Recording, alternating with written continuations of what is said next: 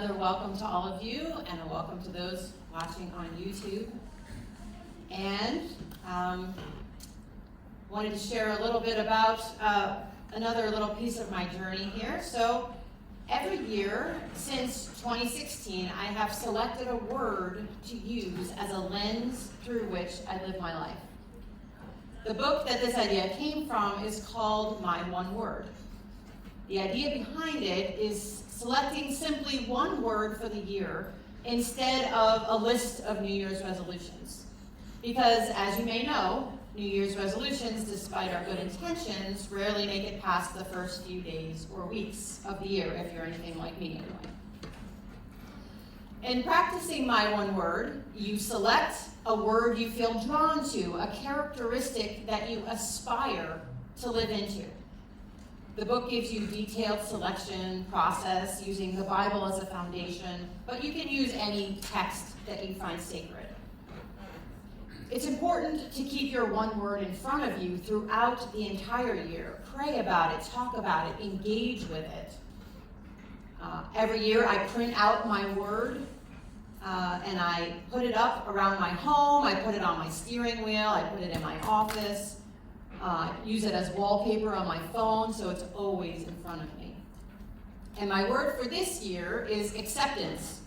And I pray to have an attitude of acceptance each and every morning. I'm sharing all this because today's theme was My One Word for 2018, and it was an impactful spiritual practice on multiple levels. Maybe you were able to guess it from the readings, but our theme for today is gentleness. Gentleness. And the reason I selected this particular word in 2018 was that I was finding it especially difficult to be gentle with my family. I would go about my business all day, keeping my feelings and frustrations inside at work, and I would come home irritable and stressed and, well, not gentle with the people that I loved the most. I knew that I wasn't being the person that my family needed or that I wanted to be. But I didn't know how to go about being more gentle. It felt too overwhelming. I had been harsh for a long time. Higher power provided me with insights galore. God has been incredibly gentle with me, and I aspire to be like my higher power, one who is pure in love, gentleness, generosity, and patience.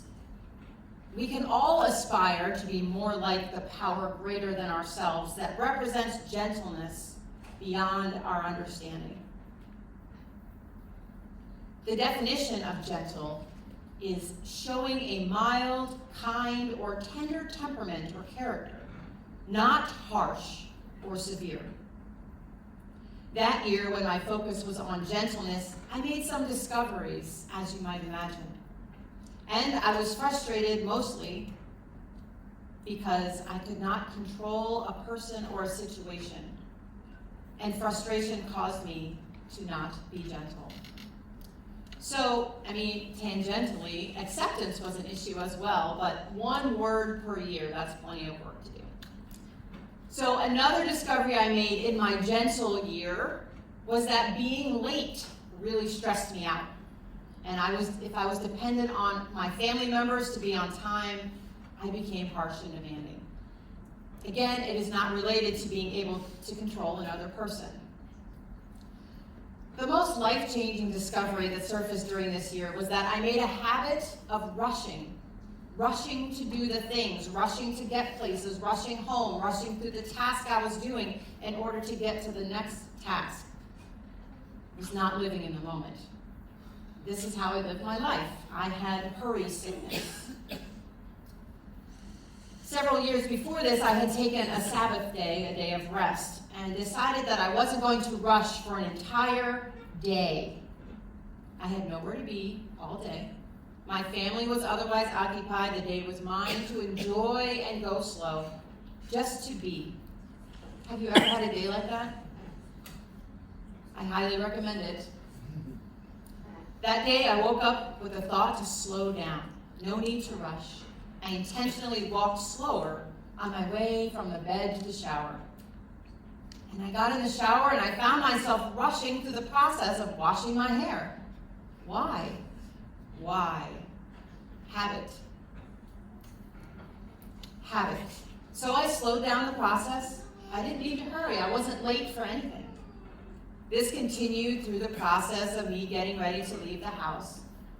I would go on autopilot, and my mind and body would get ahead of me. I would start hurrying until I became mindful once more and physically slowed myself down.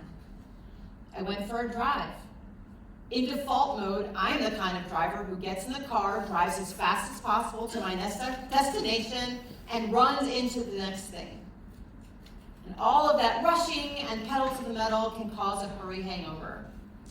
It would often take me a while to become fully present once I arrived at the next destination because of it. So on my slow day, I drove the speed limit. Have you ever done that?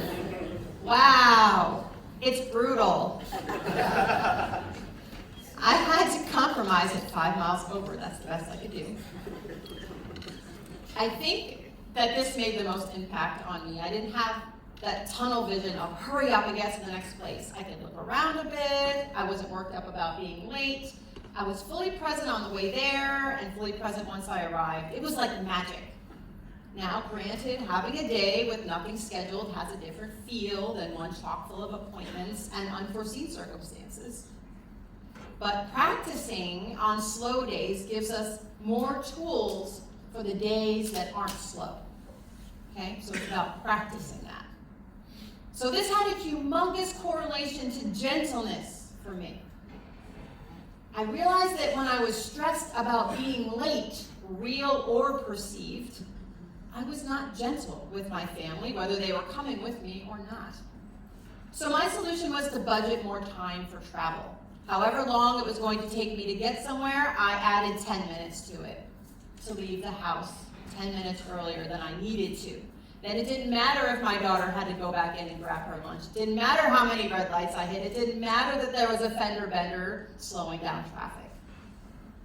Now, my first instinct was to freak out about all of those things, but over time, I was able to remind myself that I had plenty of time to get there.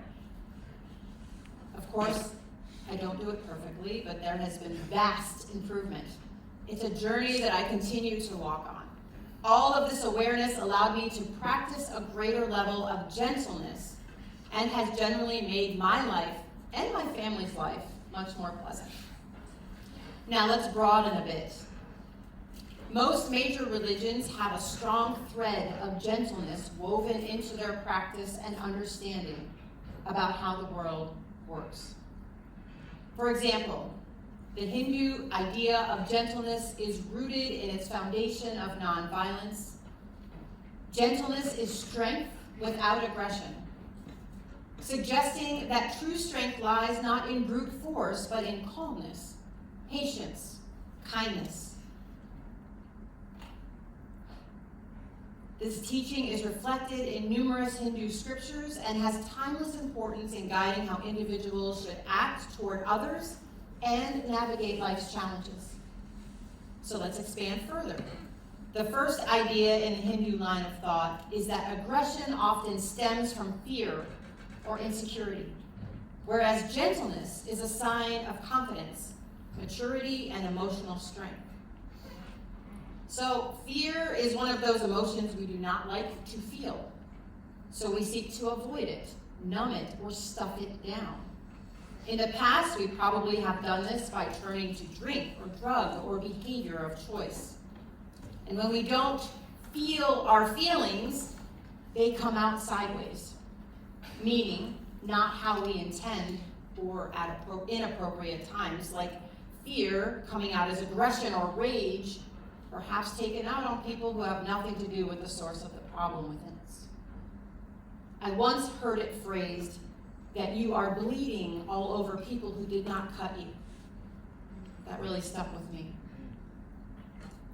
The second line of thinking is that true power is not in controlling others, as many of us try to achieve, but the true power comes from controlling oneself, our emotions, our reactions, our ego.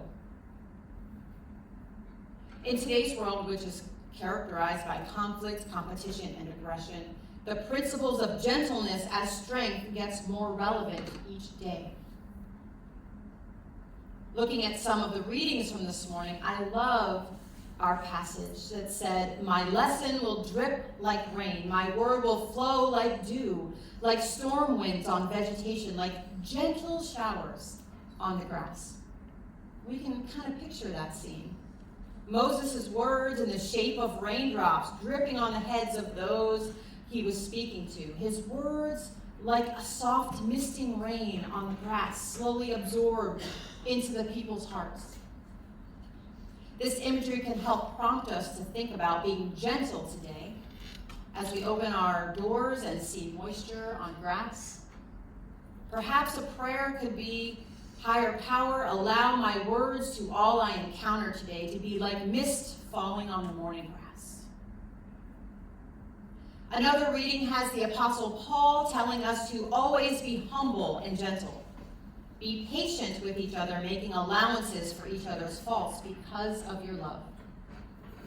And I want to make a note that although they are not exactly the same, patience is closely related to gentleness, as I found out in my spiritual practice.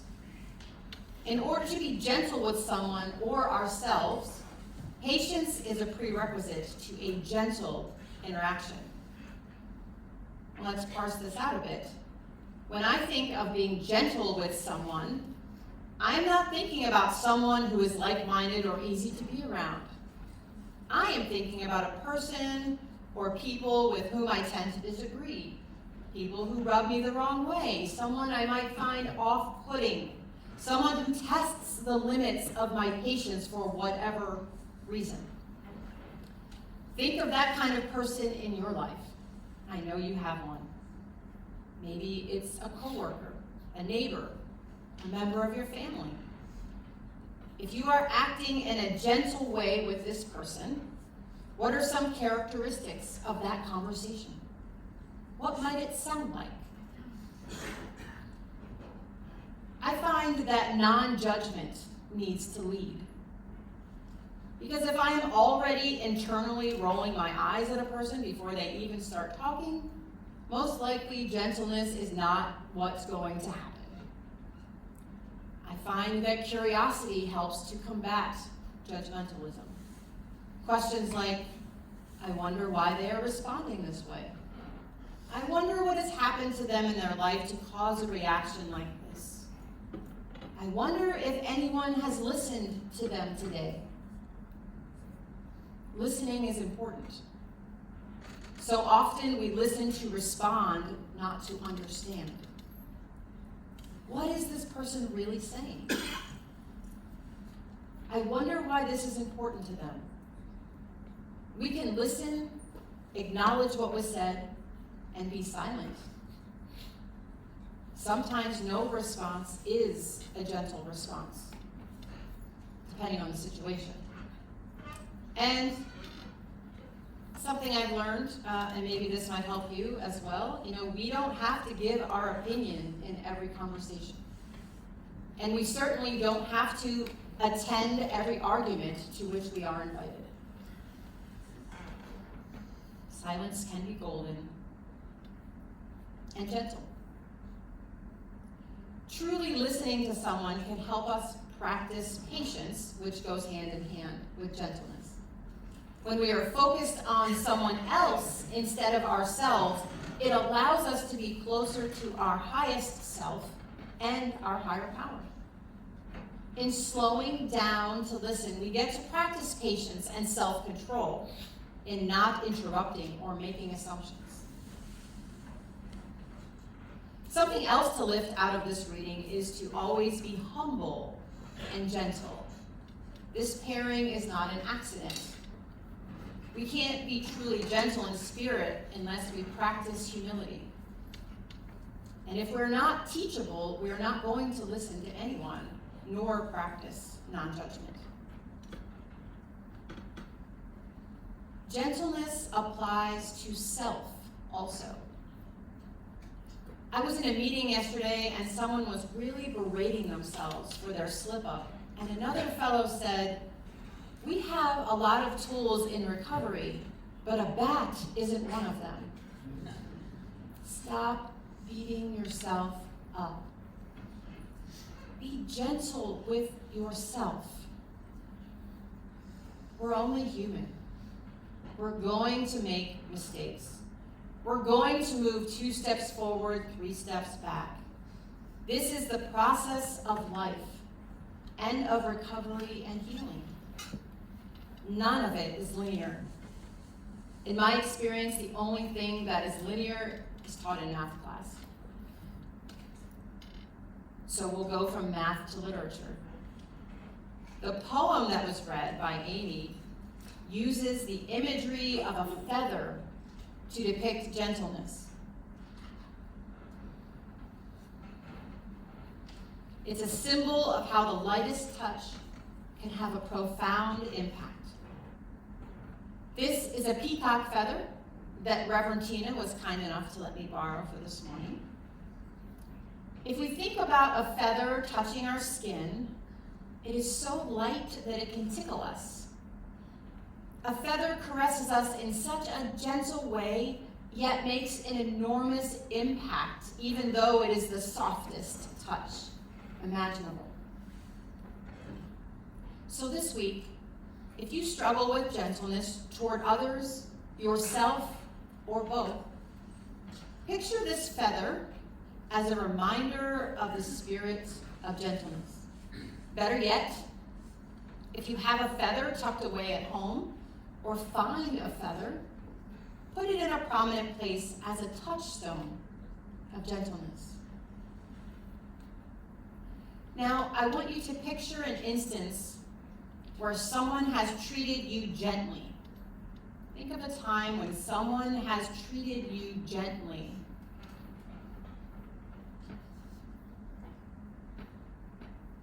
If you can't think of one, imagine what it might be like.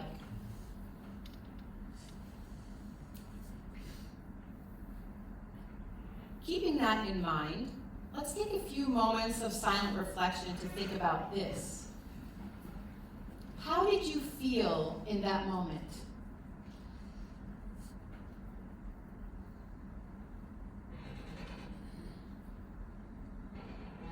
How might you allow others to feel this way around you?